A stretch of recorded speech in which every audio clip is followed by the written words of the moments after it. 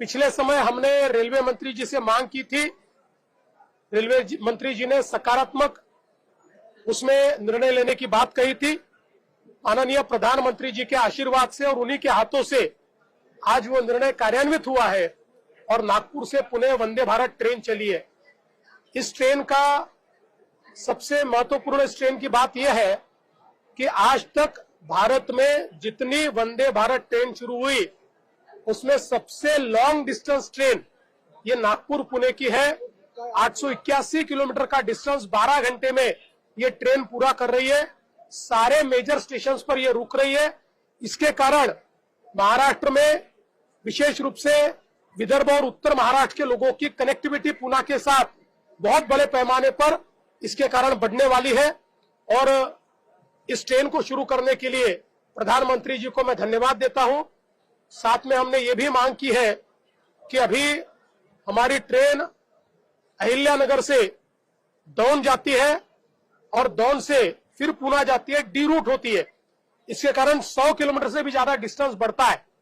इसलिए सीधा नगर से पुणे हम लोग रूट तैयार करें जिससे एमआईडीसी को भी फायदा होगा।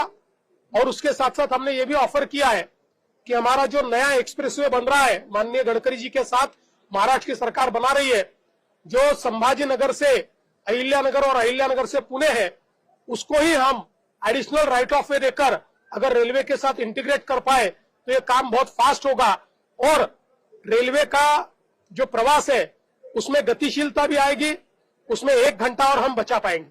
हाई स्पीड ट्रेन जैसे कि नागपुर से पुणे शुरू हुई है, नागपुर से मुंबई के लिए भी बीते कई दिनों से उसकी चर्चा थी, उसको लेकर क्या स्थिति है? क्योंकि समृद्धि महामार्ग से समांतर उसको चलाने का, देखिए समृद्धि महामार्ग से समांतर जो ट्रेन है वो हम लोग ये चाहते हैं कि वो हाई स्पीड ट्रेन बने, जो 250 किलोमीटर 300 किलोमीटर इस रेंज में जो चलती है उस प्रकार की बने।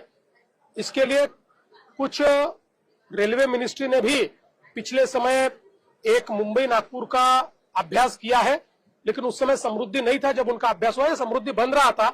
इसलिए अब उस अभ्यास को समृद्धि के साथ इंटीग्रेट हम करने की कोशिश करेंगे। लेकिन समृद्धि के बाद जब हमने उसको इंटीग्रेट किया तो हमारे ध्यान में आया कि 78% राइट ऑफ वे ये हमारे पास है।